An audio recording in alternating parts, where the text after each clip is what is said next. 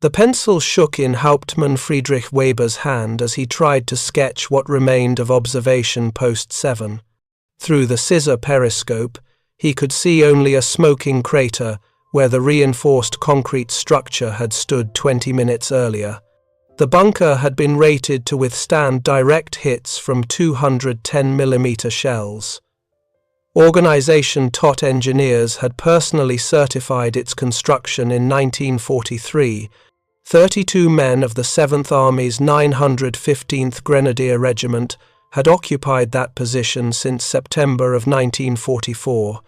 Now, on this cold morning of November 14th, they simply no longer existed.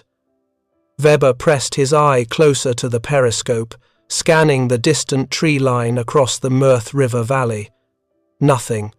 No muzzle flashes. No smoke. No indication of where the shell had originated. His hands trembled not from cold, but from a creeping realization that contradicted everything he had learned at the artillery school in Jüterbog. The Americans had fired from beyond visual range, beyond what German doctrine considered the maximum effective range of heavy artillery, and they had scored a direct hit on the first round. If you're enjoying this deep dive into the story, hit the subscribe button and let us know in the comments from where in the world you are watching from today. The weapon responsible was the M1 155mm gun, universally known among American forces as the Long Tom. What Weber and thousands of German defenders along the Siegfried Line were discovering in the autumn of 1944 was that American artillery had achieved something the Wehrmacht had considered theoretically impossible: the systematic destruction of hardened fortifications from distances that made counter-battery fire futile. The Long Tom could reach out 14 miles with precision that German gunners found incomprehensible, and it was arriving in numbers that reflected American industrial capacity operating at a scale Germany could no longer match. The story of how the Long Tom came to terrorize German defenders begins not on the battlefield, but in the mundane bureaucracy of the United States Army Ordnance Department in 1938. European armies had spent the interwar years developing increasingly powerful artillery, but American doctrine remained anchored to the experience of the First World War, when the French 75mm field gun had seemed the pinnacle of artillery science. By 1938, however, Army observers watching the Spanish Civil War sent back troubling reports. Modern fortifications, they wrote, could not be reduced by existing American guns. The War Department needed a weapon that could fire a 95-pound shell at least 25,000 yards with sufficient accuracy to hit specific fortifications. The specifications seemed contradictory. The gun had to be mobile enough to keep pace with mechanized forces, yet powerful enough to match the performance of heavy railway artillery. It needed to be accurate at extreme range, but simple enough for mass production. The weight had to be low enough for truck transport, but the recoil forces would be enormous. Engineers at Watervliet Arsenal in New York approached the problem with characteristic American pragmatism. They would build the most powerful mobile gun physically possible, then design the transport system around it. What emerged was a masterpiece of engineering compromise. The M1 155mm gun featured a barrel 23 feet long, weighing 6,400 pounds by itself. The complete weapon in firing position weighed 30,700 pounds, requiring a two-piece transport system. The barrel and breech travelled on one carriage, while the trail and firing platform moved on another. A well-trained crew could emplace the weapon in approximately 45 minutes, though in practice, this often stretched to over an hour. The gun could fire one round every 2 minutes in sustained fire, or one round per minute for short periods. Maximum range with standard ammunition was 25,715 yards, just over 14.5 miles. Production began slowly in 1941 at Watervliet Arsenal. The first guns went to newly forming field artillery battalions as the United States Army expanded from its pre-war skeleton force. By 1942, production had accelerated to meet the demands of a two-ocean war. Watervliet Arsenal alone produced 462 long toms between 1941 and 1945. Additional production at the Baldwin Locomotive Works and other contractors brought total production to approximately 1,006 units. Each gun cost approximately $38,000, equivalent to the price of a medium tank, but their strategic value would prove incalculable. The Long Tom's arrival in the European theatre began with Operation Torch, the invasion of North Africa in November of 1942. The 36th Field Artillery Brigade brought the first Long Toms into combat during the Tunisia campaign in early 1943. German forces defending the Kasserine Pass encountered American heavy artillery for the first time and found it unimpressive. The inexperienced American gunners struggled with fire control, and German counter-battery fire proved effective. General Oberst Hans-Jürgen von Arnim, commanding the 5th Panzer Army, noted in his March 1943 situation report that American artillery was numerous but poorly coordinated, with heavy guns frequently out of position and vulnerable to our own artillery. This assessment would prove catastrophically wrong within 18 months. The American army was learning, and it was learning fast. The Tunisia campaign revealed deficiencies in fire direction, communication, and tactical employment. The artillery schools at Fort Sill, Oklahoma went into overdrive, refining the fire direction center concept that would revolutionize artillery warfare. By the time American forces landed in Sicily in July of 1943, Long Tom battalions had become integrated into a sophisticated fire control system that multiplied their effectiveness exponentially. The Italian campaign demonstrated what American artillery could achieve when properly coordinated. The Long Toms attached to the Fifth Army systematically reduced German defensive positions along the Winter Line, the Barbara Line, and the Gustav Line. At Monte Cassino, where German paratroopers had transformed an ancient monastery into a fortress, Long Tom batteries positioned near Mignano could reach every German position on the mountain. Forward observers with the 2nd New Zealand Division called in precision fires that destroyed German bunkers one by one. The Germans responded with furious counter-battery fire, but the Long Toms sat miles behind the front lines, beyond the reach of German artillery. Oberstleutnant Julius Schlegel, artillery commander of the 1st Parachute Division at Cassino, captured in May of 1944, told his interrogators about the psychological impact. "We could hear them firing from very far away, a distant thunder. Then the shells would arrive, very heavy shells, and our concrete positions would crack. We tried to locate their batteries, but they were too distant. Our own 150mm guns could not reach them. We could do nothing but endure." The technical sophistication of American fire control bewildered German artillerists trained in the traditional methods of direct observation and massed batteries firing together.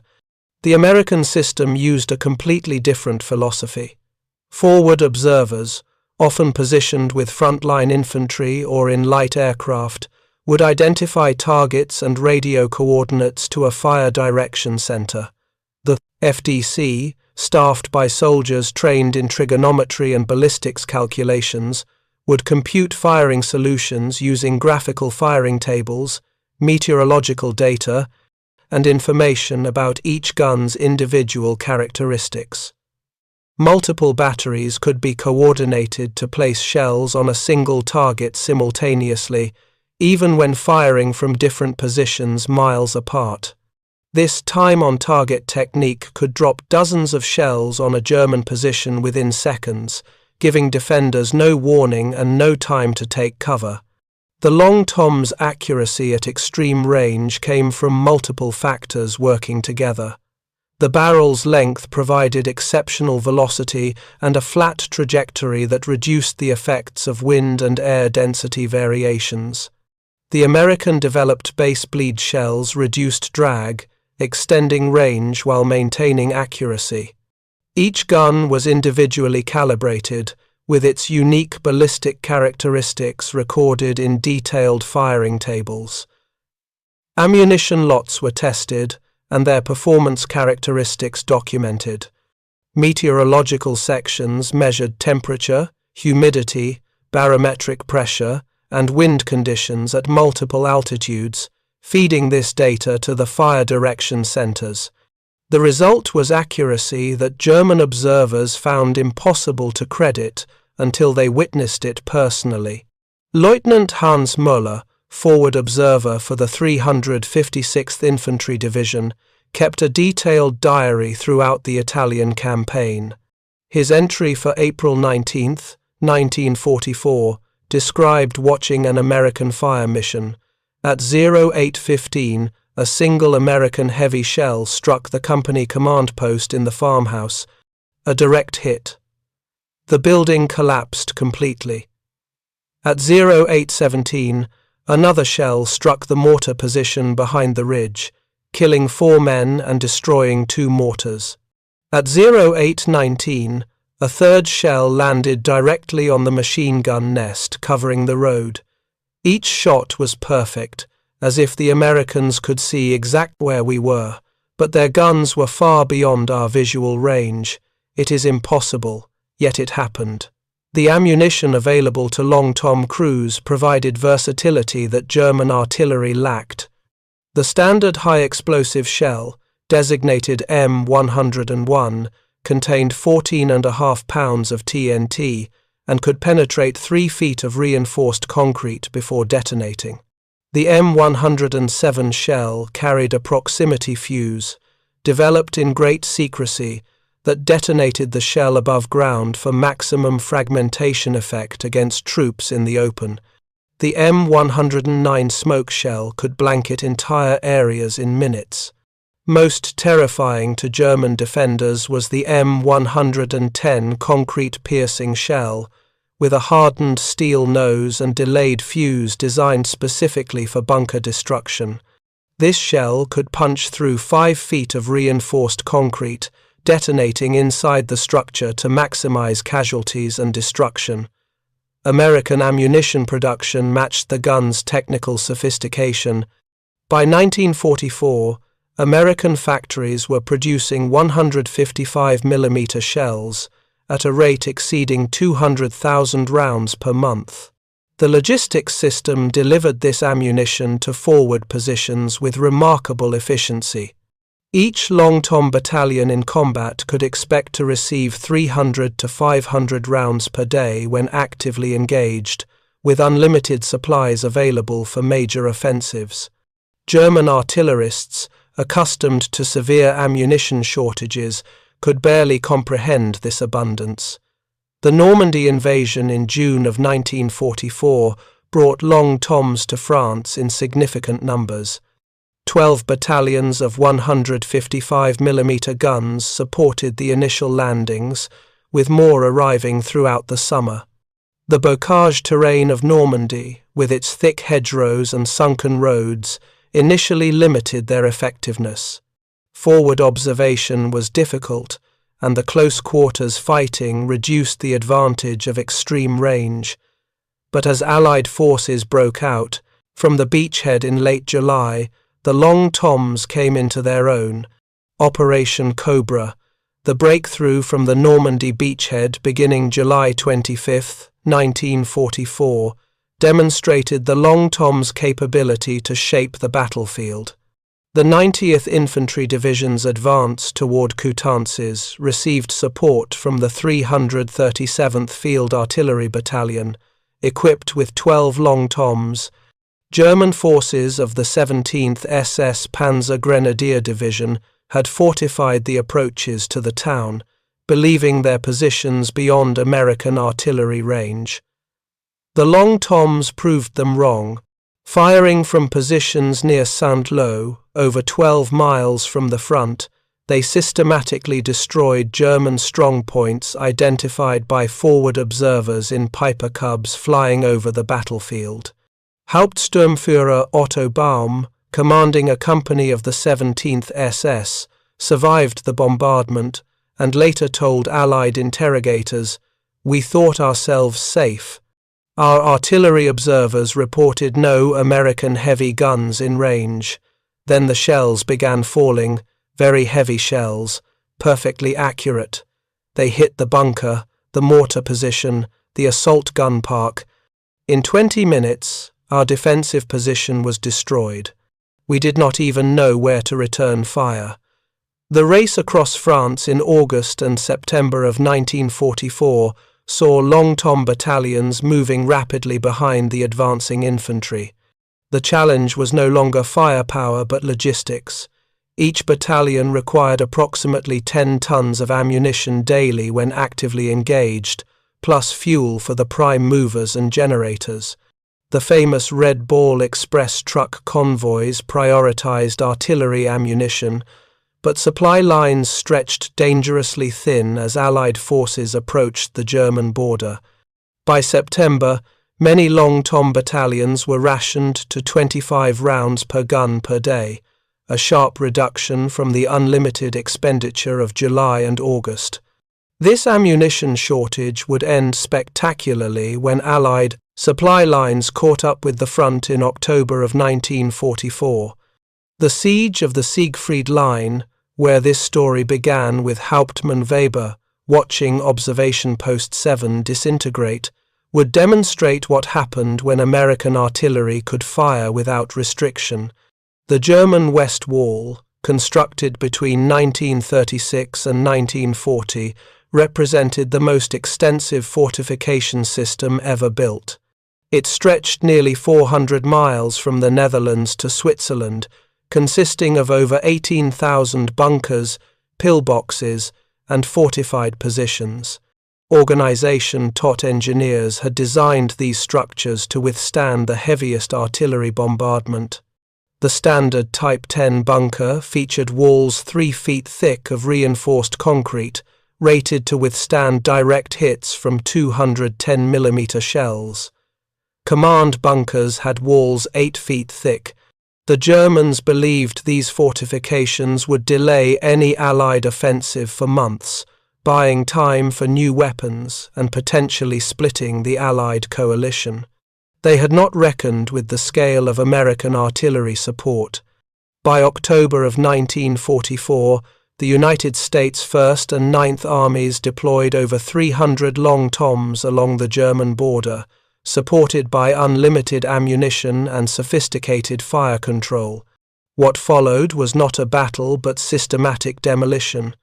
Every German bunker identified by aerial reconnaissance or forward observers became a target for precision destruction.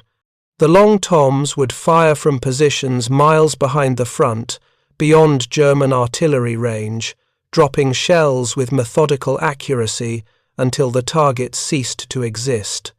The destruction of the Siegfried Line fortifications around Aachen in October of 1944 provides precise documentation of the Long Tom's effectiveness. The 1st Infantry Division's assault on the city received support from the 95th, 955th, and 957th Field Artillery Battalions, collectively fielding 36 Long Toms. The German 116th Panzer Division and 346th Infantry Division defended Aachen with approximately 250 fortified positions. The American approach was methodical. Aerial photographs identified every bunker, each assigned a number and precise coordinates. Forward observer teams confirmed occupancy using binoculars and periscope observation. The fire direction centers computed firing solutions for each target. Beginning October 7, 1944, the Long Toms began their work. One by one, the German bunkers disappeared. The pattern was consistent: 4 to 8 rounds per target, adjusted fire based on forward observer corrections, then fire for effect until the position was confirmed destroyed. Oberst Gerhard Wilk, commanding the Aachen garrison, radioed to 7th Army headquarters on October 13th.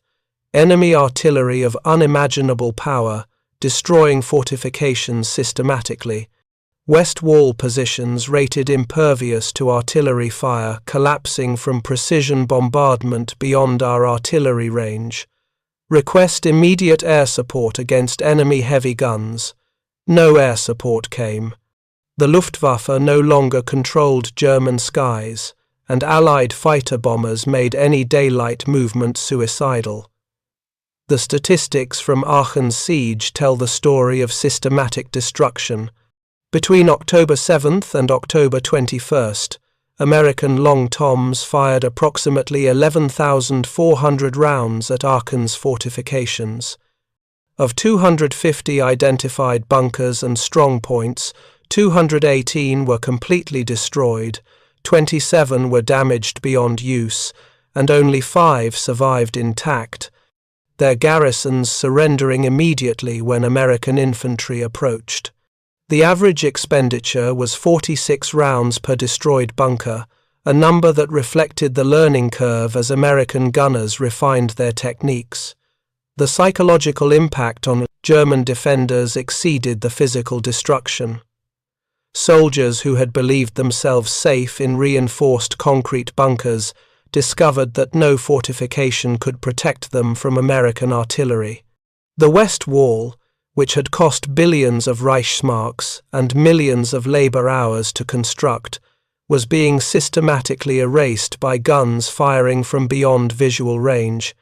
German soldiers began abandoning bunkers before American infantry even attacked, preferring to take their chances in field positions rather than wait for the inevitable shell that would entomb them in collapsed concrete. If you find this story engaging, please take a moment to subscribe and enable notifications. It helps us continue producing in-depth content like this. General Lieutenant Hans Schmidt, commanding the 403rd Security Division near Trier, documented the collapse of morale in his headquarters war diary. His entry for November 2nd, 1944, reads, "Reports from all sectors indicate troops refusing to occupy fortified positions. Multiple instances of soldiers feigning illness or deserting rather than enter bunkers targeted by American heavy artillery. Officers' assurances of bunker safety no longer believed after repeated instances of complete destruction. The psychological dominance of American artillery is becoming more dangerous than its physical effects." The Battle of Hurtgen Forest, beginning in mid-November of 1944, would test the Long Tom's capabilities in the most difficult terrain imaginable. The dense forest, with trees sometimes reducing visibility to 20 yards, seemed to nullify the advantages of long-range precision artillery. German commanders believed the forest would protect their positions from the devastating fires that had shattered the Siegfried Line fortifications. They were partially correct. The thick canopy prevented aerial observation, and forward observers on the ground struggled to identify targets in the dense undergrowth. But American ingenuity adapted quickly. The solution came from an unexpected source: the artillery liaison aircraft, primarily the L-4 Grasshopper and L-5 Sentinel, tiny fabric-covered planes that could operate from rough fields just behind the front lines. These aircraft, flown by artillery officers trained in target identification and fire adjustment, could circle above the forest canopy and spot German positions invisible from the ground. Flying at altitudes between 1,000 and 3,000 feet, often under intense anti-aircraft fire, these observers became the eyes of the Long Tom batteries, positioned miles to the rear. Captain James Morrison, flying L4 seconds for the 95th Field Artillery Battalion, logged 47 missions over Hurtgen Forest between November 15th and December 10th, 1944. His mission reports, preserved in the National Archives, detail the cat-and-mouse game between airborne observers and German defenders. Morrison would orbit over suspected German positions, sometimes for hours, waiting for any sign of activity. A wisp of smoke from a cooking fire, movement on a trail, the distinctive shape of a bunker entrance camouflaged under branches, any indication would prompt a call to the Fire Direction Center. Within minutes, 155mm shells would crash through the forest canopy. The Germans adapted by constructing bunkers deeper into the hillsides, with entrances facing away from likely observation routes. They moved only at night, maintained strict fire discipline, and dispersed their positions to avoid presenting concentrated targets. But American artillery adapted faster. The proximity-fused shells, which detonated above ground, proved devastating in the forest. A single round bursting in the tree canopy could shower lethal fragments over an area larger than a football field. German soldiers discovered that the forest that limited observation also trapped them in killing zones when American shells arrived. Unteroffizier Ernst Becker of the 2nd Battalion, 314th Infantry Regiment, survived 3 weeks in Hurtgen Forest before capture on December 8th. His interrogation report describes the experience. The forest became a prison.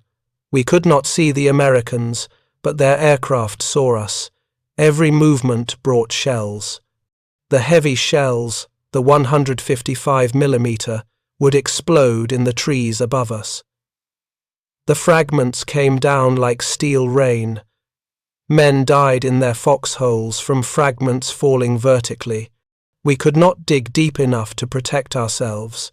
The American artillery made the forest uninhabitable. The ammunition expenditure in Hurtgen Forest exceeded anything seen previously in the European theatre. The 7 Corps alone, fighting in the northern sector of the forest, fired over 1 million rounds of artillery ammunition between November 16th and December 16th, 1944. The Long Tom battalions supporting the attack fired approximately 31,000 rounds, averaging over 1,000 rounds per day for 30 days. Each gun barrel, rated for approximately 1,000 rounds before replacement, wore out and required changing. The logistics effort to sustain this fire was staggering. Ammunition convoys ran continuously, delivering shells from depots as far back as the Normandy beaches. The German 7th Army, defending Hurtgen Forest, could not match this expenditure. By December of 1944, German artillery units in the West faced severe ammunition shortages. The daily allocation for a German heavy artillery battalion rarely exceeded 50 rounds, and even this pittance could not always be guaranteed. Oberst Rudolf Freiherr von Gersdorf, Chief of Staff of the 7th Army, later wrote, "The material superiority of American artillery was absolute. They could fire 100 shells for every one we fired. Their heavy guns were beyond our range. Their aerial observation made concealment nearly impossible. The combination was crushing." The unexpected German offensive in the Ardennes, beginning December 16, 1944, would provide the ultimate test of American artillery's flexibility. The attack achieved complete tactical surprise, shattering American divisions along an 80-mile front and threatening to split the Allied armies. For the first 4 days, German forces advanced rapidly through fog and snow that grounded Allied aircraft and limited artillery observation. But even in this chaos, the Long Toms proved their worth. The defense of Bastogne, where the 101st Airborne Division and elements of the 10th Armored Division held against overwhelming German forces, depended critically on artillery support. The 420th Field Artillery Group, including the 7th, 905th, and 955th Field Artillery Battalions, brought 36 long toms into action around the besieged town. These guns, firing from positions southeast of Bastogne, could reach German assembly areas, supply routes, and artillery positions throughout the salient. General Lieutenant Heinrich von Luttwitz, commanding the 47th Panzer Corps attacking Bastogne, had planned to neutralize American artillery through rapid maneuver and surprise. His after-action report, written in captivity, admits the failure. "We expected to overrun the American artillery in the first day's advance. Instead, their heavy guns were displaced to new positions beyond our reach and continued firing. The 155mm guns caused severe casualties in our assembly areas and interrupted our supply routes. Our own artillery could not locate them, let alone suppress them. The weather cleared on December 23rd, allowing massive aerial resupply of Bastogne and restoration of forward observation. The Long Tom batteries intensified their fire, systematically destroying German artillery positions identified by P-47 fighter bombers orbiting above the battlefield. The time-on-target technique proved devastating, and German batteries that revealed their positions by firing suddenly found themselves under coordinated bombardment from multiple American battalions, with dozens of shells arriving simultaneously. Major General Troy Middleton, commanding 8 Corps, later wrote, "The artillery won Bastogne. The infantry held the perimeter, but artillery broke every German attack. The 155mm guns reached out and touched German forces throughout the salient. They destroyed supply columns, shattered assembly areas, and counter-batteried German artillery from beyond their maximum range. Without those long toms, Bastogne would have fallen." The statistics from the Ardennes offensive demonstrate Long Tom's contribution to stopping the German attack.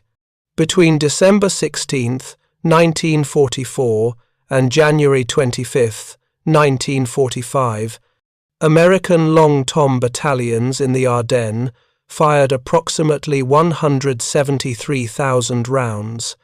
Intelligence officers estimated these fires caused 15 to 20% of all German casualties during the battle, with particularly severe losses among artillery crews and rear area units.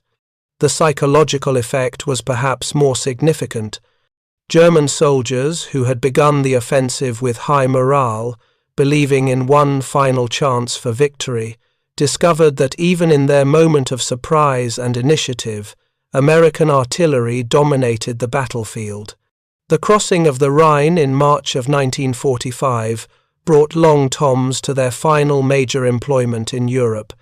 Operation Plunder, Field Marshal Montgomery's carefully planned set-piece crossing, involved the largest artillery preparation of the Western European War. The British 21st Army Group assembled over 3,000 guns, including 60 American Long Toms borrowed from US 9th Army. The German 1st Parachute Army defended the East Bank with elaborate fortifications, determined to make the Rhine an impassable barrier. The artillery preparation began at 5 p.m. on March 23, 1945. For 2 hours, over 3,000 guns fired in carefully coordinated waves.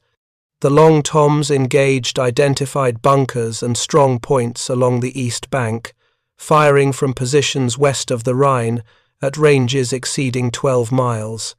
German defenders, veterans of years of combat on the eastern and western fronts, had never experienced bombardment on this scale. General Feldmarschall Albert Kesselring, commanding German forces in the west, later told interrogators, "The Rhine crossing bombardment exceeded anything we experienced in Russia or Italy." The precision fire from American heavy guns destroyed our prepared positions before the assault even began. We had no answer to artillery superiority of that magnitude. The assault crossing, launched after dark on March 23rd, met surprisingly light resistance. The Long Toms had destroyed or neutralized most German positions within range of the crossing sites. The few bunkers that survived found themselves targeted by direct fire from tanks and tank destroyers once Allied forces established bridgeheads. By dawn on March 24th, British and American forces held a continuous lodgment across the Rhine, and the Long Toms were already displacing forward to support the exploitation. The rapid advance into Germany in April of 1945 saw Long Tom battalions moving almost daily, trying to keep pace with armoured spearheads racing toward the Elbe River. The challenge was no longer enemy resistance but logistics. Each battalion required approximately 15 tons of ammunition daily, plus fuel for the massive Diamond T and M5 prime movers that towed the guns. The supply lines stretched hundreds of miles, but American logistics kept the ammunition flowing. German forces, retreating in disorder, faced Long Tom fires that destroyed bridges, blocked routes, and shattered any attempt to form defensive lines. The siege of German cities in the war's final weeks demonstrated the Long Tom's capability against urban fortifications.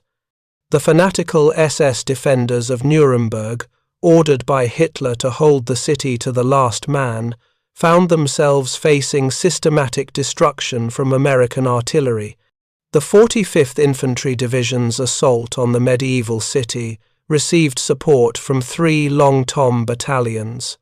Rather than level the entire city with aerial bombardment, American commanders chose surgical artillery strikes against specific strong points. The historic city walls, reinforced with modern concrete, fell to precision at the Long Tom fire. Forward observers identified firing ports and bunker entrances, and the big guns placed shells exactly where needed. One by one, the defensive positions crumbled. The civilian population, sheltering in cellars and basements, suffered relatively light casualties compared to the devastation of strategic bombing. The German garrison, initially determined to fight to the death, surrendered after 4 days when it became clear that every defensive position would be systematically destroyed.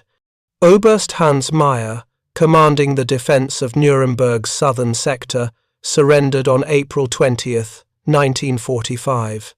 His interrogation report contains a remarkable admission. The American artillery made defense impossible. They could destroy any position we occupied with precision fire from beyond visual range.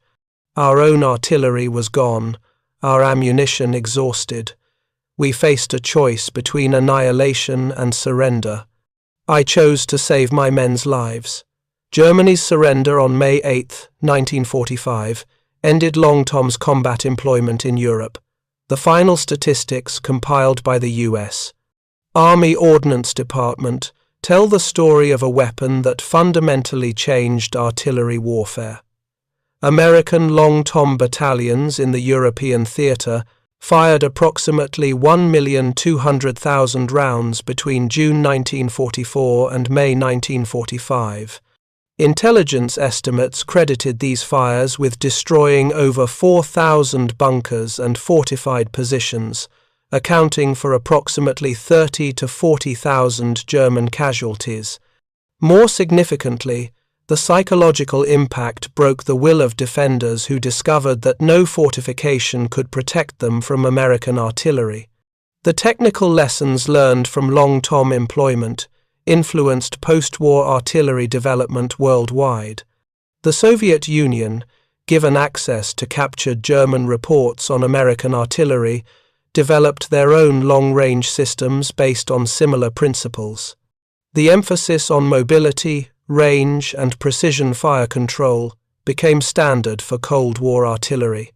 The Fire Direction Center concept perfected with the long toms, remains fundamental to modern artillery operations. But the human cost, paid by German soldiers who faced this weapon, deserves acknowledgement.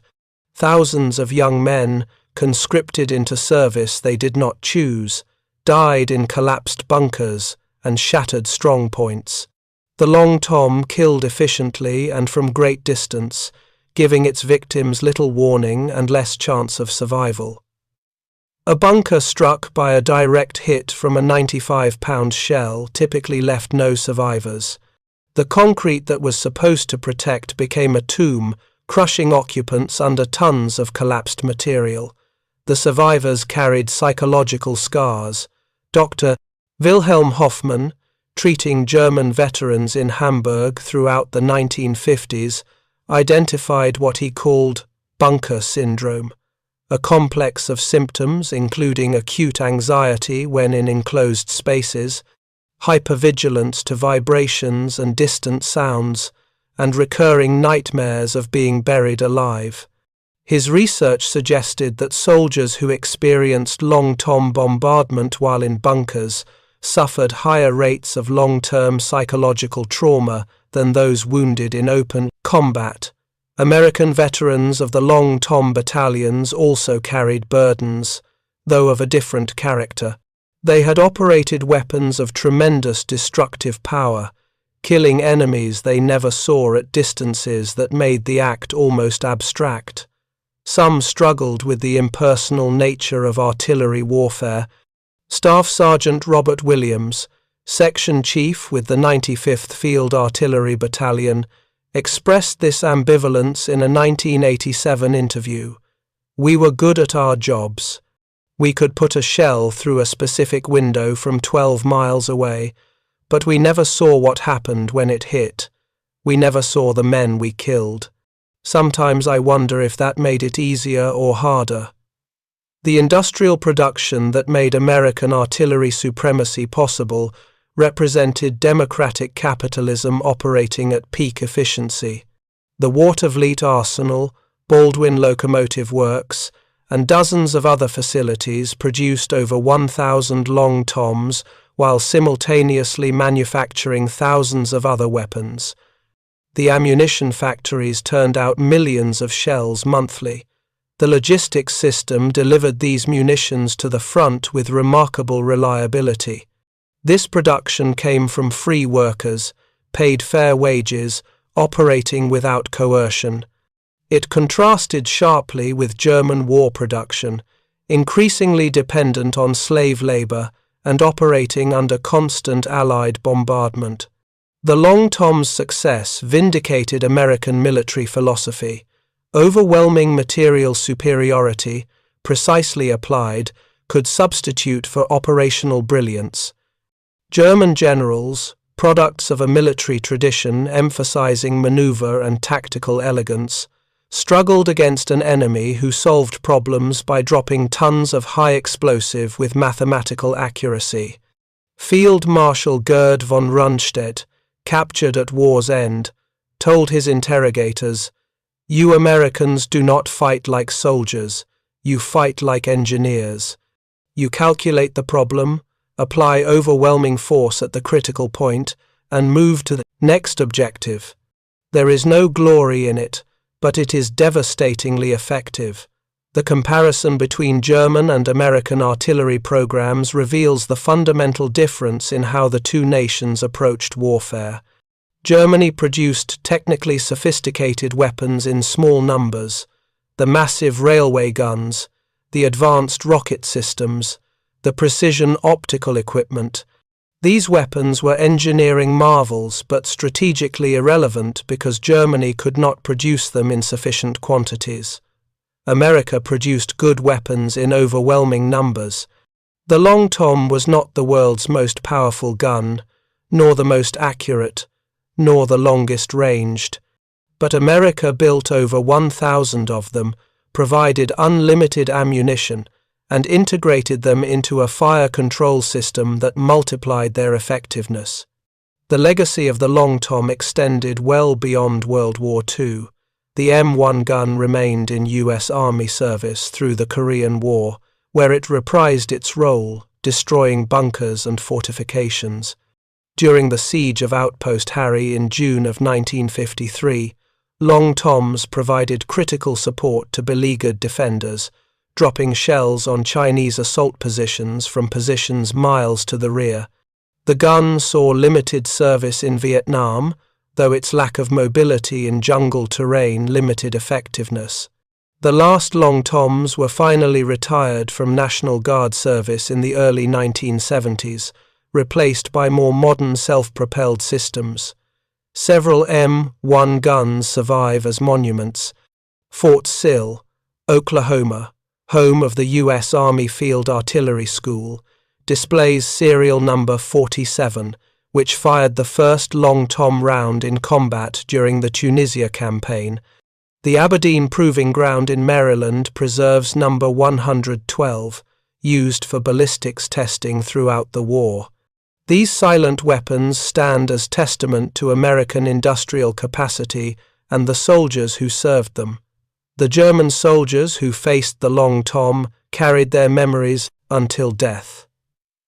In the 1990s, as the last World War II veterans entered their final years, oral history projects captured their recollections.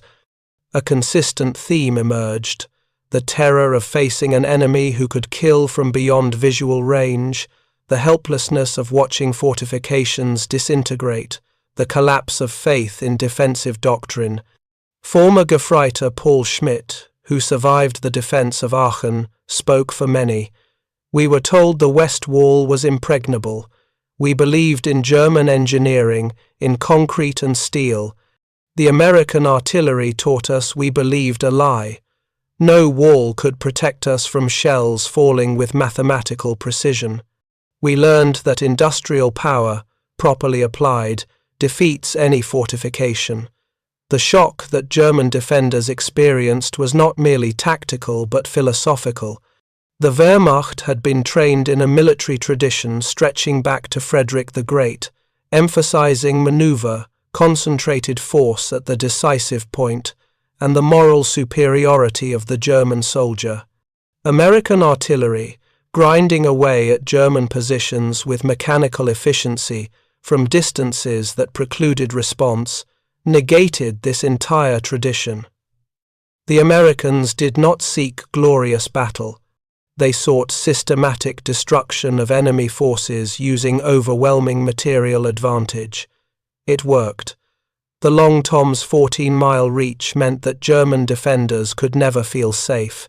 Forward positions faced direct fire, reserve positions were targeted, supply routes were interrupted, command posts were destroyed. The entire depth of the German defensive zone lay under American artillery. This differed fundamentally from previous warfare, where armies could find sanctuary beyond artillery range. The Long Tom made sanctuary impossible. Every German soldier within 14 miles of the front line lived under constant threat of annihilation from a weapon he could neither see nor reach. The psychological warfare aspect was deliberate. American intelligence officers understood that destroying a single bunker with precision fire demoralized defenders more effectively than a massive barrage that left fortifications intact. The message was clear. American artillery could find you, target you specifically, and destroy you with mathematical certainty. No fortification guaranteed survival. The only safety lay in surrender or retreat, and retreat merely postponed the inevitable encounter with American firepower.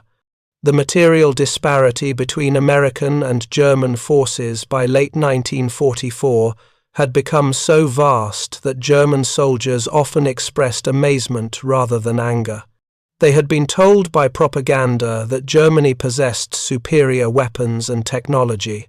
The reality of facing unlimited American artillery, supported by complete air superiority and lavish logistics, shattered these illusions. Many German prisoners of war expressed relief at capture, viewing it as escape from a contest they could not win. The Long Tom story is ultimately about industrial democracy defeating military autocracy.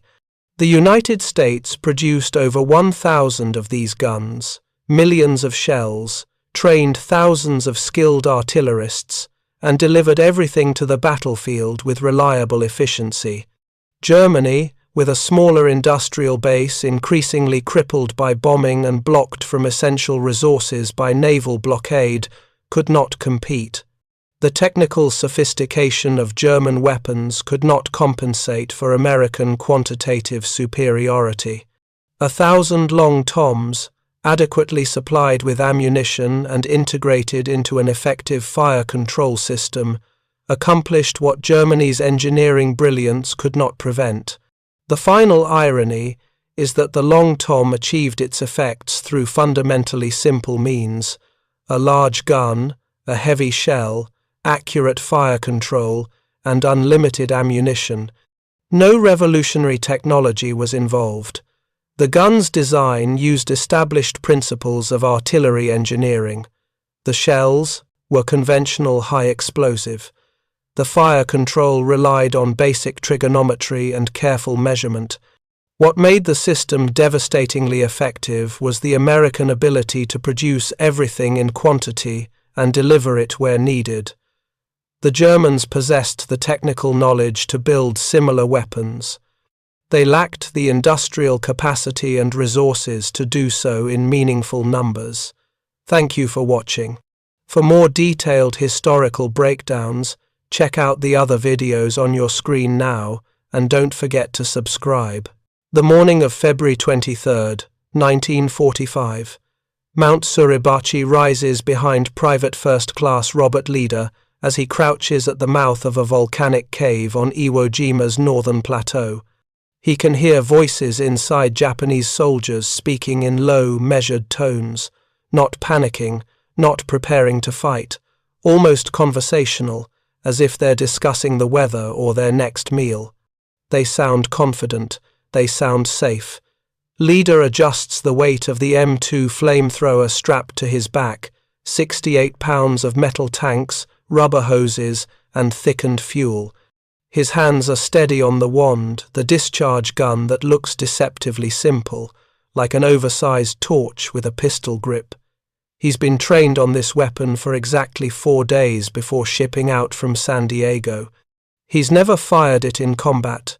His squad leader, Sergeant William Chambers, kneels beside him and speaks quietly.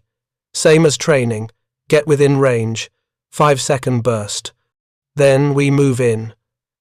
Chambers pauses, then adds something they never said in training. Don't look at them when they come out. The leader nods. He positions himself 80 feet from the cave entrance, a distance that would have been suicidal with the older M1 flamethrower model. With the M2, it's merely dangerous. He pulls the trigger.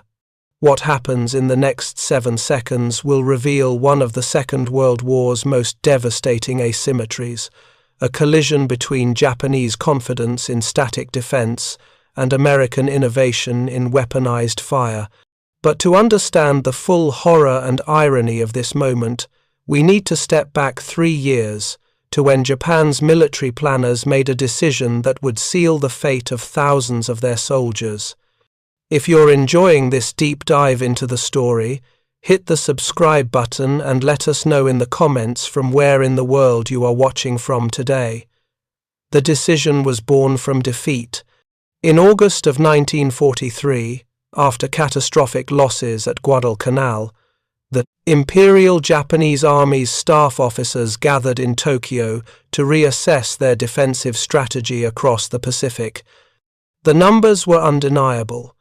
Japan had lost over 20,000 men at Guadalcanal, most of them killed in banzai charges or isolated in jungle positions that American artillery could obliterate from a distance. The Americans had fire superiority, more shells, more ships, more planes, and Japan's industrial capacity couldn't match it. Lieutenant General Kuribayashi Tadamichi, recently appointed to command the defense of Iwo Jima, proposed a radical shift. Instead of meeting Americans on beaches or in open ground, Japanese forces would go underground. They would transform entire islands into fortress systems, networks of caves, tunnels, and bunkers where artillery couldn't reach, and infantry would have to dig them out, room by room, man by man. The doctrine was called Gyokusai defense, the dual defense, where every position became a sealed tomb that extracted maximum American casualties before falling. The metaphor was deliberate. A jewel is beautiful, precious, and utterly unbreakable. Japanese soldiers would become human jewels, locked inside stone fortresses, impossible to shatter from the outside. Kuribayashi's engineering teams began their work immediately. On Iwo Jima, they excavated 11 miles of tunnels through volcanic rock. On Peleliu, they carved 500 caves into coral limestone ridges over 8 months. On Okinawa, they transformed the ancient Shuri Castle complex into a 3-layered subterranean fortress, with tunnels reaching 60 feet below the surface, some wide enough to drive trucks through. The excavation was brutal work. Japanese engineers used pneumatic drills powered by portable generators, working in shifts around the clock. When drills failed, as they often did in the hard volcanic rock, soldiers used hand tools, pickaxes, shovels, and explosives placed in carefully measured charges. On Iwo Jima alone, tunnel network required the removal of an estimated 73,000 cubic meters of rock and soil, all of it hauled out by hand or pushed on rail carts. But the effort seemed justified by the tactical advantages. A properly constructed cave system, Japanese military manuals explained, could withstand naval bombardment indefinitely. The Americans could fire 10,000 shells at a hillside and never touch the soldiers inside. The tunnels provided protection, concealment, and interconnected firing positions that allowed defenders to retreat from one chamber to another as situations demanded. More importantly, caves neutralized American firepower advantages. Artillery was useless against underground positions. Tanks couldn't elevate their guns high enough to shoot into cave mouths on hillsides. Even aircraft, the weapon that had devastated Japanese positions in open terrain, could do nothing against targets they couldn't see. Japanese training manuals from 1944 stated explicitly, "A properly fortified cave position, defended by determined soldiers with adequate supplies, can repel frontal assault indefinitely. The enemy will exhaust his infantry reserves and morale long before breaching well-prepared underground defenses." This wasn't empty propaganda. Early American attempts to clear caves confirmed Japanese expectations. At Bougainville in November of 1943, the 3rd Marine Division lost 1,841 men over 3 weeks, trying to neutralize cave positions in the jungle-covered hills. Their tactics were crude and costly. Soldiers would approach with rifle grenades, throw them into cave mouths, then rush inside with rifles and bayonets to finish off survivors. The problem was that caves rarely had just one entrance. Japanese engineers designed them with multiple exits, often separated by 50 or 100 feet, connected by interior tunnels. When Marines attacked one entrance, defenders simply retreated through another. Worse, the caves often had right-angle turns just inside the opening L-shaped defenses that prevented grenades from reaching the main chambers. An American soldier could throw 6 grenades into a cave mouth and never touch the defenders sitting 20 feet away around a corner. The Marines adapted. They began using satchel charges, canvas bags, stuffed with 20 pounds of composition explosives. A soldier would light the fuse, run to the cave entrance, hurl the bag inside, and sprint away. The explosion was devastating in enclosed spaces, creating overpressure that could rupture internal organs, even if the defenders weren't directly hit by shrapnel. But satchel charges required soldiers to approach within 30 feet of cave mouths, close enough that Japanese defenders could shoot them before they released the charge. On Peleliu in September of 1944, the 1st Marine Division recorded 73 failed satchel charge attempts in the first 5 days of fighting. 73 times, a Marine ran toward a cave with a lit explosive, and 73 times he was shot before completing the throw. The Marines had one weapon that showed promise, the M1 flamethrower. Introduced in 1942, the M1 consisted of 2 cylindrical tanks, one containing fuel, one containing compressed nitrogen to propel it, mounted in a backpack frame. The operator carried a discharge gun connected to the tanks by a reinforced rubber hose.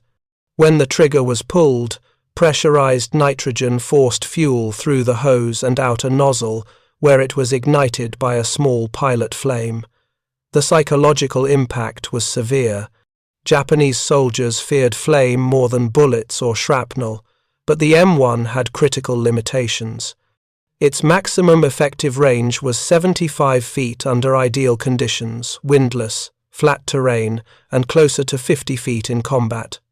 The fuel tank held 4 gallons, enough for 6 to 8 short bursts, and the weapon was staggeringly dangerous to operate. Flamethrower operators on Peleliu suffered a 92% casualty rate in the first week of fighting.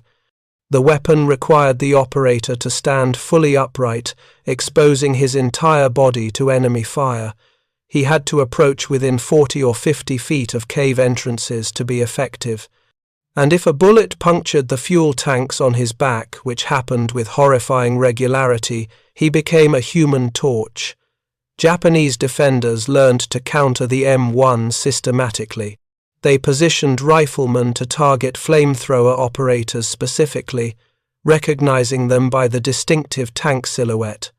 They created flame barriers inside caves, wet blankets hung across tunnel entrances, or sandbag chicanes that blocked line of sight from the entrance to the main chamber. The M1's limited range meant flame couldn't penetrate more than 20 or 30 feet into a cave system, leaving defenders in deeper chambers completely untouched. A Japanese defensive manual captured on Saipan in July of 1944 included specific instructions for countering flamethrower attacks. Position firing ports to cover approaches within 50 meters. Maintain dampened fabric barriers at tunnel entrances. If flame penetrates the outer chamber, retreat to secondary positions and wait for fuel exhaustion. American flame weapons have limited capacity and operators are vulnerable targets. By late 1944, Japanese soldiers entering cave systems had substantial reason for confidence. They'd seen American tactics fail repeatedly. They'd watched Marines die by the hundreds trying to dig them out. They had water, ammunition, and food, stockpiled in quantities sufficient for weeks of siege. The caves were cool, protected from the tropical heat that exhausted American infantry, and they had orders to hold their positions to the death orders most of them intended to follow. On Iwo Jima, Kuribayashi's engineers outdid themselves. The island's volcanic geology was ideal for excavations soft enough to dig through, hard enough to resist collapse. They created a fortress that military historians would later call the most sophisticated defensive system in the Pacific War. The main tunnel network connected artillery bunkers, ammunition depots, command posts, and barracks. Some chambers were large enough to house 100 men. Ventilation shafts reached the surface at concealed locations. The entire northern half of the island became a three-dimensional battlefield, where Japanese soldiers could move freely underground, while Americans died trying to advance across the surface.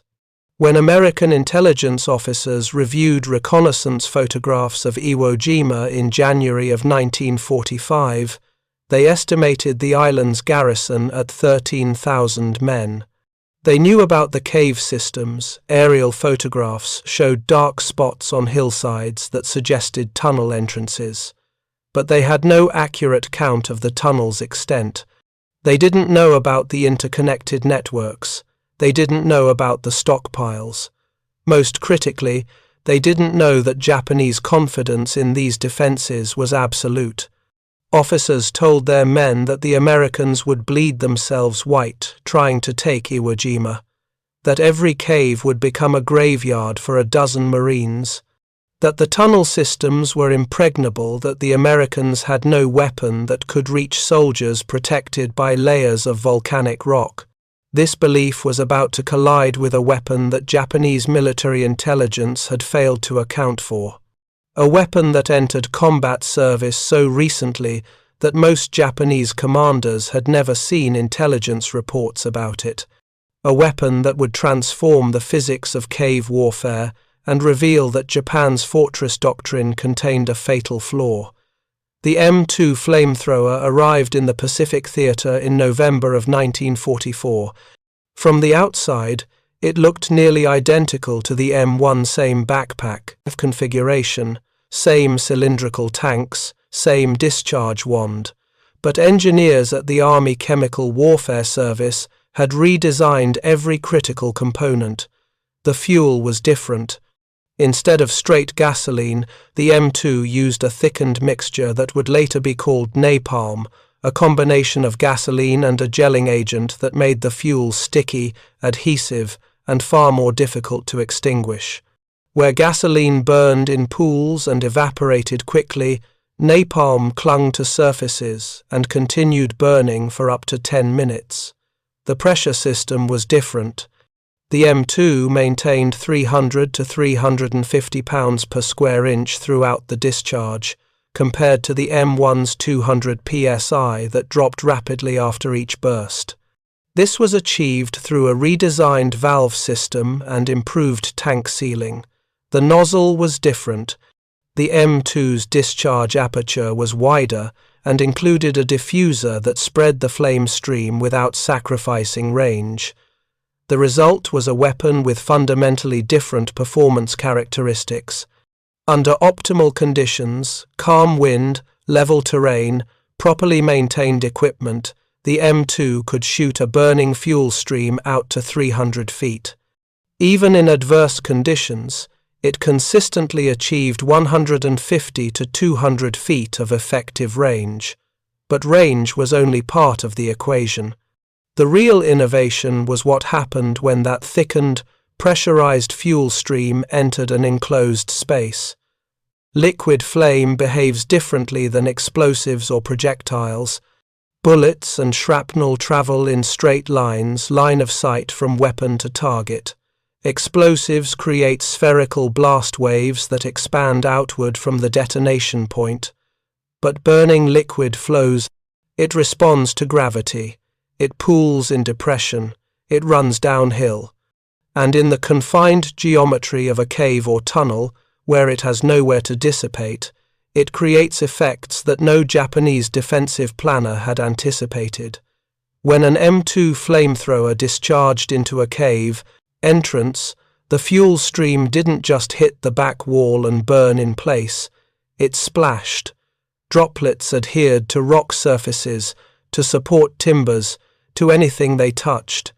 The main stream flowed deeper into the tunnel system, following the downward slope of the floor, pouring around corners like burning water. In a cave with multiple chambers connected by tunnels, exactly the design Japanese engineers favored, this created a cascade effect. Flame entered the first chamber, consumed available oxygen, then flowed through connecting passages toward any source of fresh air. The fire literally pulled itself deeper into the tunnel network, drawn by the physics of combustion toward ventilation shafts and secondary entrances. But the flame itself was only the first mechanism of death. The second was thermal. Burning napalm in an enclosed space creates air temperatures that exceed 1,000 degrees Fahrenheit.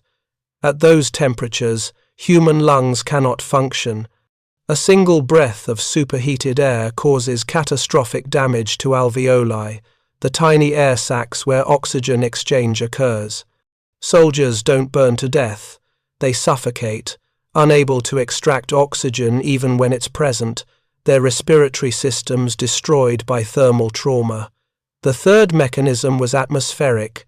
Fire consumes oxygen and produces carbon monoxide, carbon dioxide, and other combustion byproducts. In an open environment, fresh air constantly replaces the consumed oxygen. But in a sealed or poorly ventilated cave, the fire creates a progressive asphyxiation environment. Oxygen levels drop, carbon monoxide concentrations rise. Soldiers in chambers far from the initial flame chambers they believed were safe died breathing poison they couldn't see or smell. A U.S. Army medical report from Okinawa, dated May 15, 1945, documented this phenomenon with clinical precision. Examination of enemy casualties recovered from cave positions attacked with M2 flamethrowers reveals death by the cave. Asphyxiation in 68% of cases. Thermal burns as the primary cause of death account for 23% of cases. Remaining 9% attributed to structural collapse, secondary explosions, or trampling during attempted evacuation. In several instances, bodies recovered from chambers estimated at 100 to 150 feet from the attacked entrance showed no burn trauma whatsoever, indicating death by oxygen deprivation or toxic gas inhalation. The Japanese had designed their caves to be impregnable against the weapons they knew, but they'd never encountered a weapon that turned the caves themselves into the killing mechanism that used the enclosed space, the poor ventilation, the interconnected tunnels, all the features that were supposed to provide protection, as components of a death trap. Private First Class Robert Leader, crouched at that cave entrance on February 23, 1945, understood none of this physics. He knew only what they'd taught him in 4 days of training: approach as close as you can, aim into the cave mouth, hold the trigger for 5 to 7 seconds, then take cover. He pulled the trigger at 8:43 in the morning. The M2's discharge was unlike anything the older M1 produced. The flame didn't sputter or pulse, it erupted in a continuous, pressurized stream 30 feet wide at the base, narrowing to a focused point that punched deep into the cave entrance. The color was brilliant orange at the core, fading to yellow at the edges, with black smoke boiling up from the burning napalm. The leader held the trigger for 7 seconds. Later, he would tell military investigators that it felt like much longer. That time seemed to slow down, that he could see individual droplets of burning fuel splashing against the cave's stone walls, that the sound was like a massive blowtorch combined with a rushing waterfall. Inside the cave, 47 men of the Japanese 109th Division's 3rd Battalion were positioned in 3 chambers connected by tunnels. They'd been there for 6 days, emerging only at night to retrieve supplies from cached positions. They had ammunition, water, and food sufficient for 2 more weeks. They'd repelled 3 American probing attacks in the previous 48 hours. They were confident, organized, and prepared to hold their position indefinitely. The flame reached them in less than 3 seconds. The first chamber was 15 feet inside the entrance, connected by a straight tunnel. The flame stream hit the back wall and splashed in all directions. 8 soldiers were positioned there, 4 at firing ports cut into the rock face, 4 more resting against the side walls. The burning fuel adhered to their uniforms instantly. Napalm doesn't burn like gasoline, it clings, it sticks to skin and fabric, and water doesn't extinguish it. 3 of the men ran toward the entrance, their entire bodies engulfed. Sergeant Chambers, watching from behind cover, would later report that they made it perhaps 10 feet before collapsing. Their screaming stopped within seconds, not because they died, but because their lungs had ceased functioning. The 5 remaining soldiers in the first chamber retreated deeper into the tunnel system. Standard procedure: fall back to the second defensive position, wait for the attack to exhaust itself, then return to forward positions. It's what they'd been trained to do. It's what worked against grenades and satchel charges. But the flame followed them. The tunnel connecting the first and second chambers sloped downward at a 12-degree angle, intentional design by Japanese engineers to make it difficult for grenades to roll into deeper positions. But burning napalm obeys gravity. The fuel flowed down the tunnel like liquid, coating the floor, the walls, pooling in depressions where the stone was uneven. The air temperature in the tunnel reached 900 degrees Fahrenheit within 20 seconds. The soldiers retreating through it were breathing superheated air before they reached the second chamber. Their throats blistered, their nasal passages burned. One man collapsed in the tunnel itself, blocking the passage for those behind him.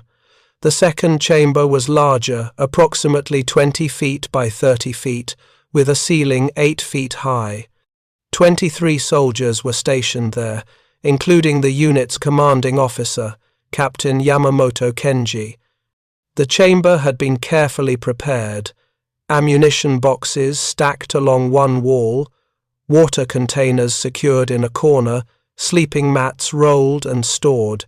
The Japanese had dug this position expecting to hold it for weeks. The burning fuel didn't reach the second chamber directly, the connecting tunnel was too long, and even the M2's impressive range had limits. But the flame had consumed nearly all available oxygen in the first chamber and the connecting tunnel. The fire created a pressure differential, sucking fresh air from the second chamber toward the combustion zone. Captain Yamamoto would have felt it immediately, a sudden change in air pressure, his ears popping, the sensation of breathing becoming more difficult.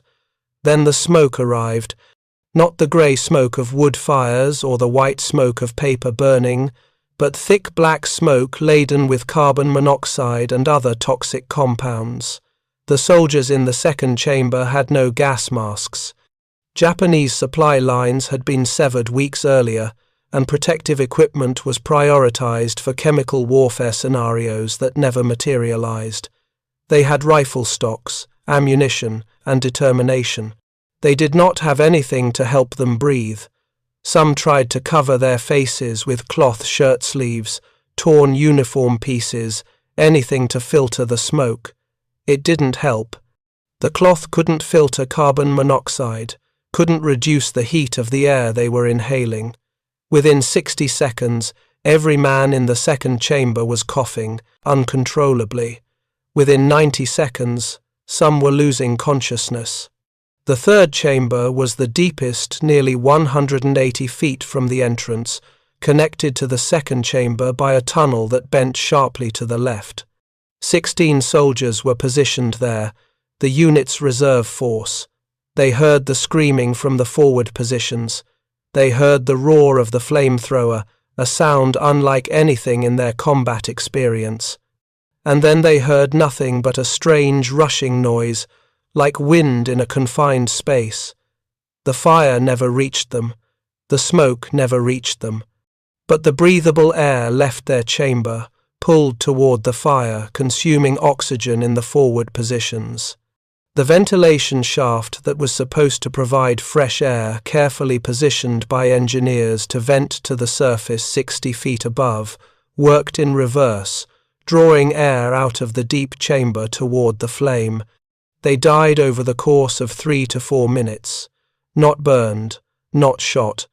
They suffocated in a chamber that should have been the safest position in the entire defensive network. Some tried to reach the connecting tunnel, perhaps thinking they could escape to the surface. Their bodies were found later, collapsed in the passageway, mouths open, hands clawing at their throats. The private leader didn't know any of this was happening. He'd released the trigger after 7 seconds and immediately taken cover behind a boulder, as trained. The fuel tank on his back still contained enough for one more burst. The M2 carried sufficient fuel for 8 to 10 seconds of continuous discharge. But Sergeant Chambers had ordered only one burst per position unless resistance continued. They waited 3 minutes. Standard procedure was to wait 5 minutes before approaching a flame-attacked position, allowing fires to burn down and toxic gas to vent. But Chambers had learned on Peleliu that Japanese soldiers sometimes survived flame attacks and would shoot Americans approaching the cave entrance. 3 minutes felt like a reasonable compromise between safety and tactical caution. Chambers led a 4-man team into the cave at 8:47 in the morning. They found the 3 burned bodies in the entrance tunnel immediately. Then they found the 5 in the first chamber, 2 dead, 3 still alive but unconscious, their breathing shallow and irregular. All 3 would die before noon despite medical attention, their lungs destroyed by thermal inhalation. The second chamber contained 23 bodies. Not a single one showed extensive burn trauma. They'd died from asphyxiation and heat exposure, collapsed where they'd been standing or sitting. Some had removed their shirts, trying to cool themselves in the final minutes. Several had broken fingernails, bloodied from clawing at the stone walls. The third chamber was the most disturbing. 16 men arranged in what appeared to be organized positions, some sitting against walls, some lying on the floor, some collapsed in the tunnel leading away. No burns, no blood. They looked almost peaceful, as if they'd decided to sleep, but their eyes were open, and their mouths were frozen in the final desperate attempt to breathe air that no longer contained oxygen. Chambers would include this detail in his after-action report.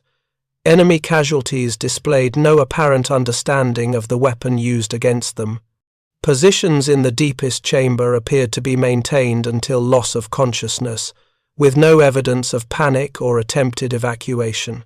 This suggests defenders were unaware that their position had been compromised until asphyxiation was already in progress.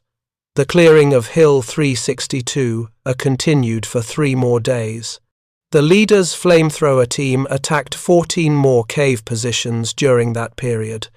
The results were consistent: high casualties among Japanese defenders, very few survivors, most deaths attributable to asphyxiation rather than burns. By February 26th, the Marines had developed refined tactics for M2 employment against caves. If a cave system had multiple visible entrances, they would assign 2 flamethrower operators, 1 for each entrance. The operators would fire simultaneously, creating cross-pressure inside the tunnel network that accelerated oxygen depletion. If only one entrance was visible, they would fire a single sustained burst, then immediately seal the entrance with explosives or debris, preventing fresh air from entering and extending the asphyxiation period. A Marine Corps tactical memo from March 2, 1945, documented these procedures. Flamethrower teams should approach cave positions from flanking angles when possible, minimizing exposure to defensive fire. Optimal firing distance is 70 to 100 feet for cave entrances at ground level, reduced to 50 feet for elevated positions where gravity assists fuel flow. After discharge, teams should maintain observation for 2 to 3 minutes to engage any survivors attempting to evacuate. Secondary explosives should be employed to collapse entrances and prevent reoccupation. The Japanese had no effective counter. Their defensive manuals, written before the M2 entered combat, recommended that soldiers maintain firing positions beyond 50 meters from cave entrances. 50 meters is 164 feet. The M2's effective range was nearly double that distance. Some Japanese units attempted to create flame barriers using wet blankets or canvas tarps, soaked in water and hung across tunnel entrances. The M2's fuel pressure simply blasted through them. At 350 pounds per square inch, the napalm stream hit with enough force to knock down a man standing directly in its path. A wet blanket provided no more resistance than paper. Other units tried positioning defenders in chambers with sharper right-angle turns, hoping the flame couldn't navigate multiple corners. This worked against the M1, but the M2's extended range meant flame reached deeper into tunnel systems before dissipating.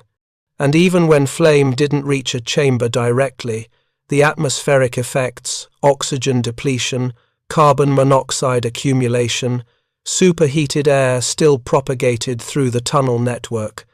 The most tragic attempts were those based on outdated intelligence. Some Japanese officers, having heard reports of American flamethrowers but lacking specific information about the M2's capabilities, instructed their men to maintain positions at what they believed was safe distance. They were wrong by 100 feet or more. A diary recovered from a Japanese soldier on Iwo Jima, dated March 4, 1945, contains this entry. Lieutenant Nakamura assured us the caves would protect us from American weapons. He said their flamethrowers have short range, that we should be safe if we stay deep inside. But yesterday the Americans attacked a position on the western ridge. The men were in the deepest chamber, more than 100 meters from the entrance. All dead, no burns, they suffocated. How did the Americans do this? What weapon reaches that far? The soldier who wrote that diary died 6 days later, probably in a cave attack. His body was never identified. By the time Mount Suribachi was secured on February 23rd, the same day leader attacked his first cave. The Marines had deployed flamethrower teams in over 600 documented attacks against cave positions. The standard allocation was 4 flamethrower operators per Marine Rifle Company, double the previous authorization. Some companies requested additional operators and equipment.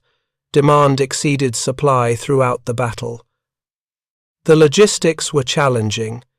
Each M2 flamethrower weighed 68 pounds, fully loaded. The fuel tanks required specialized refilling equipment and trained personnel. The rubber hoses connecting tanks to discharge wands deteriorated rapidly in volcanic heat, had to be replaced frequently. Ignition systems failed regularly, requiring operators to carry backup igniters. But despite these maintenance challenges, the M2 proved remarkably reliable in combat. The failure rate was approximately 8%, meaning 92 out of every 100 trigger pulls resulted in successful flame discharge. This was substantially better than the M1's failure rate of nearly 20%. The psychological impact extended beyond Japanese defenders. American flamethrower operators experienced psychiatric casualties at rates significantly higher than standard infantrymen.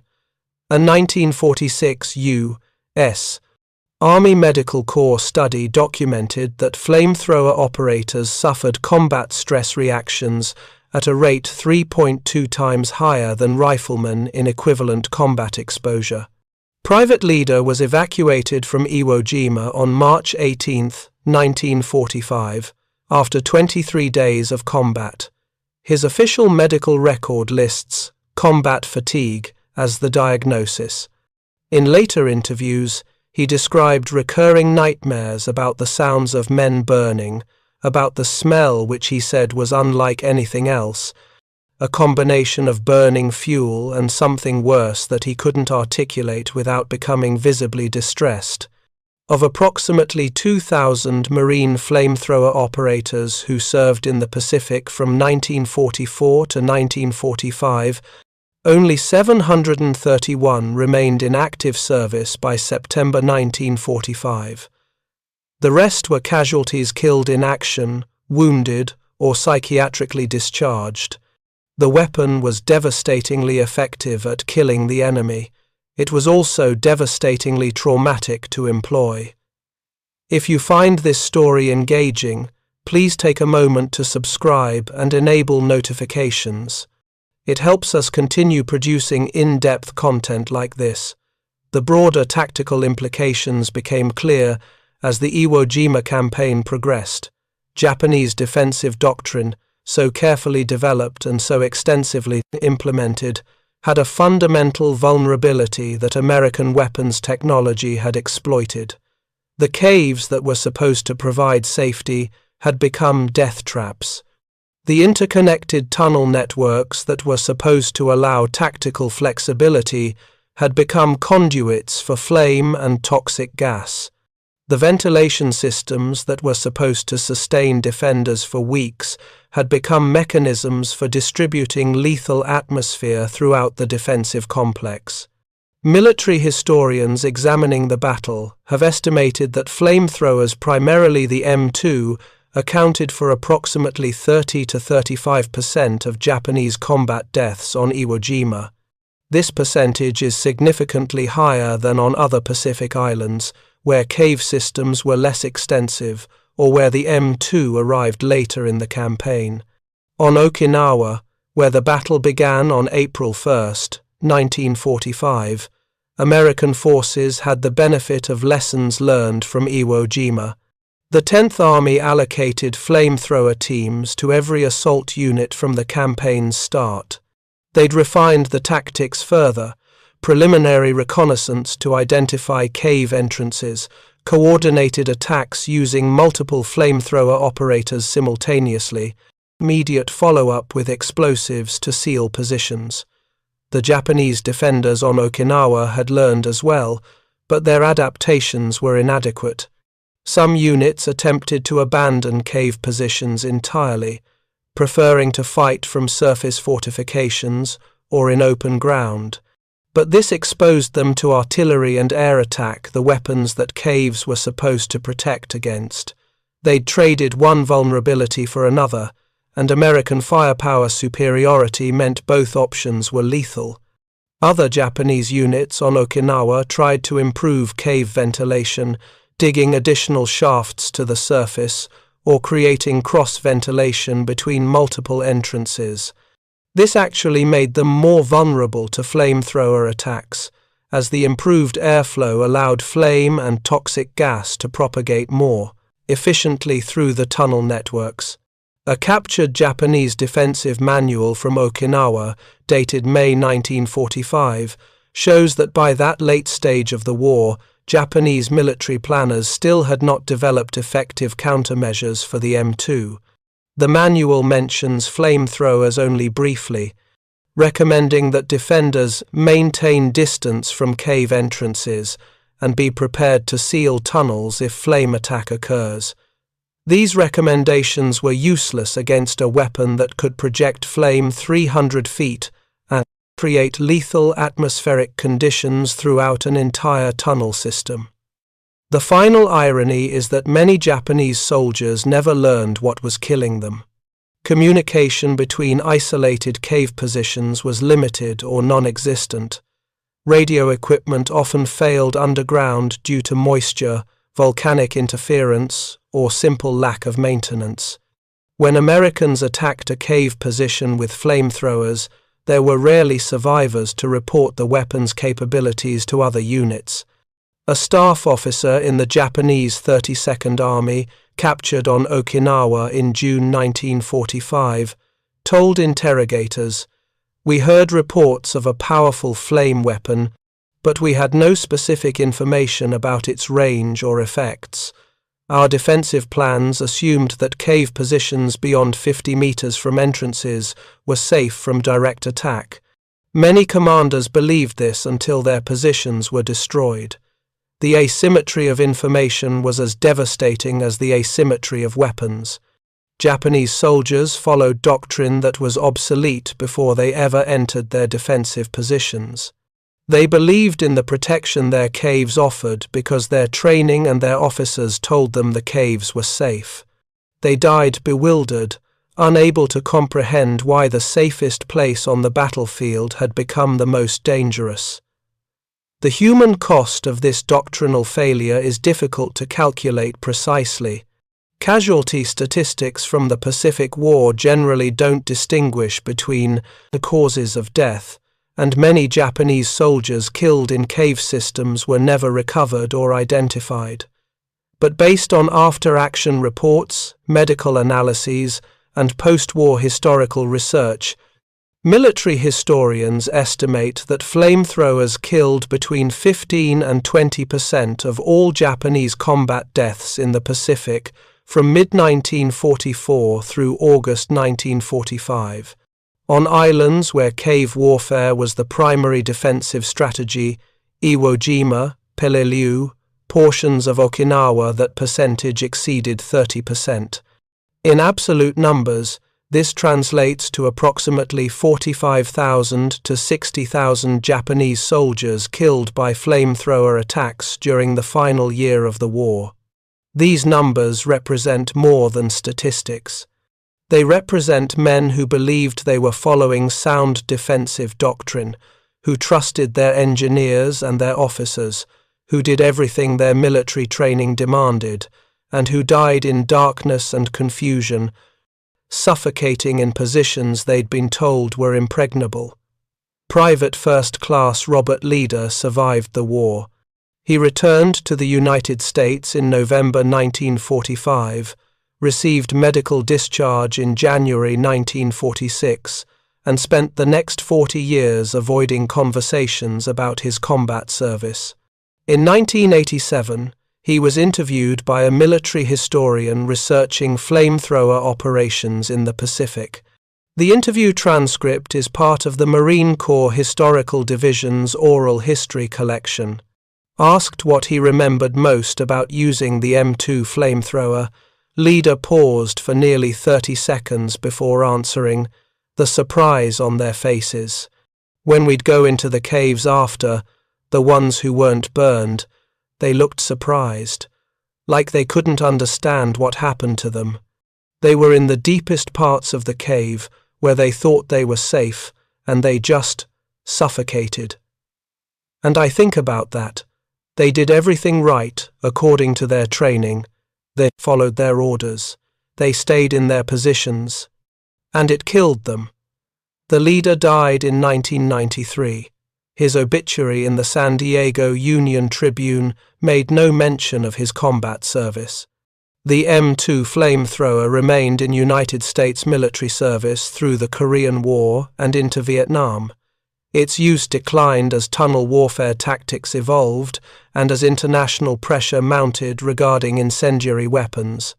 The last major combat employment was during the Battle of Hue City in February 1968, where Marine Corps flamethrower teams cleared fortified positions in urban terrain.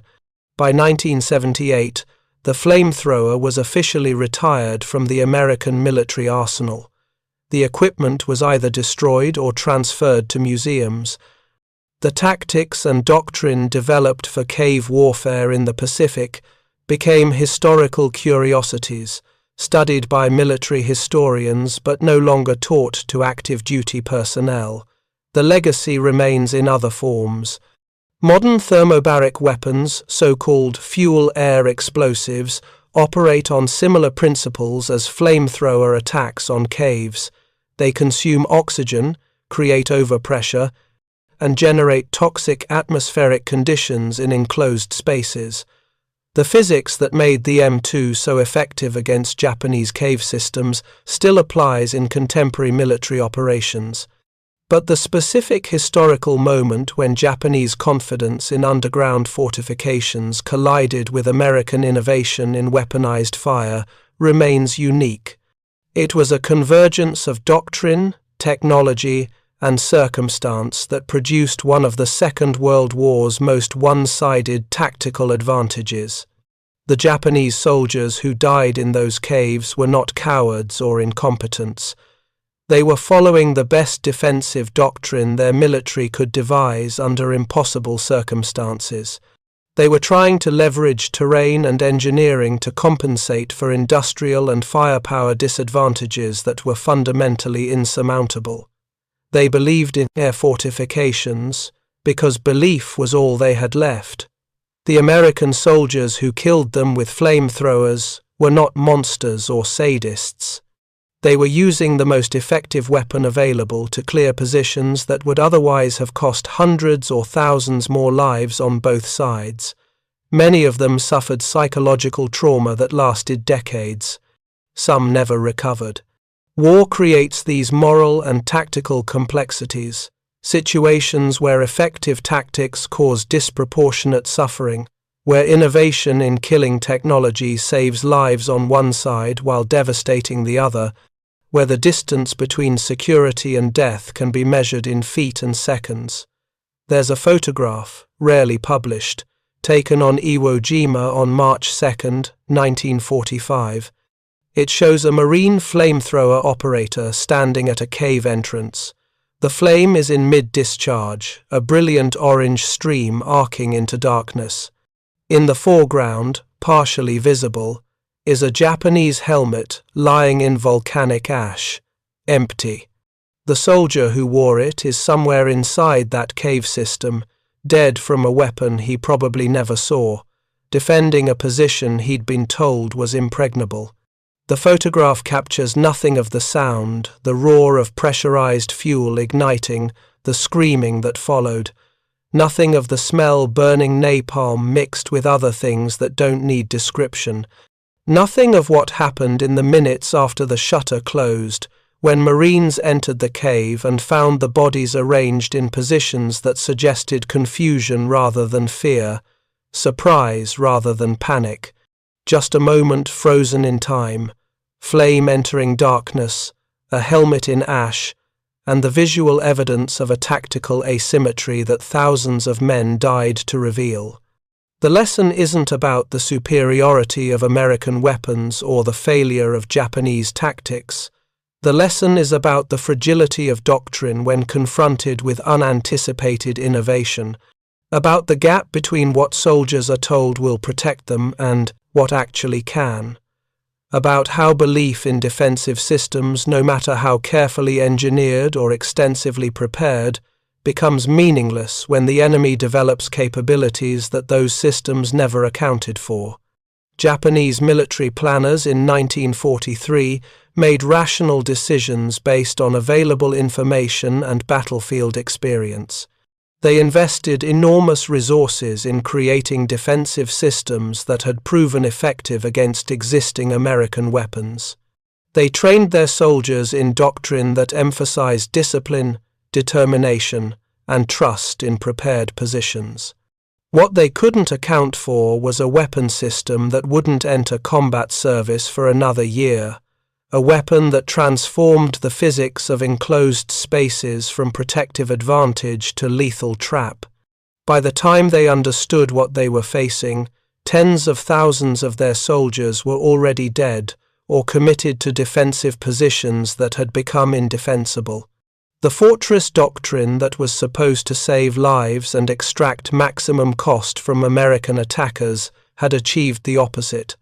It concentrated Japanese forces in positions where a single weapon system could kill dozens or hundreds at once. The final battle on Iwo Jima ended on March 26, 1945. Of the approximately 21,000 Japanese soldiers who defended the island, only 1,083 were captured alive. The rest died in the tunnel systems, on the beaches, in final desperate counterattacks. Many died in caves, suffocated by weapons they never understood, following defensive doctrine that had been obsolete from the campaign's first day. The Marines who fought there suffered 26,000 casualties, including nearly 7,000 dead. It was one of the bloodiest battles in American military history, measured by casualties per day of combat. But without the M2 flamethrower and the tactical advantages it provided in cave warfare, casualties on both sides would have been substantially higher. That's the final irony. The weapon that caused so much suffering actually reduced total casualties by making cave clearing faster and more efficient. The alternative, reducing caves with explosives, grenades, and direct assault, would have taken weeks longer and killed thousands more on both sides. War offers these impossible calculations, where effectiveness and horror become indistinguishable, where innovation saves lives by making death more efficient. Private First Class Robert Leader understood this, though he rarely spoke about it. In his 1987 interview, near the end of the session, he said, "People ask me if I regret using the flamethrower, if I think about the men I killed, and I do think about them. Every day for 40 years I've thought about them. But if I hadn't used it, more Marines would have died trying to clear those caves, and more Japanese would have died too, eventually. So what's the answer? I don't know. I just know I can still hear them screaming, and I know they didn't understand what was happening to them. They thought they were safe. They thought they were safe." That might be the most concise summary of the entire tragedy. Japanese soldiers believing their caves provided security, following doctrine that emphasized the strength of prepared defenses, trusting that American weapons couldn't reach them in their underground positions, and they were wrong by 300 feet. Thank you for watching. For more detailed historical breakdowns, check out the other videos on your screen now, and don't forget to subscribe.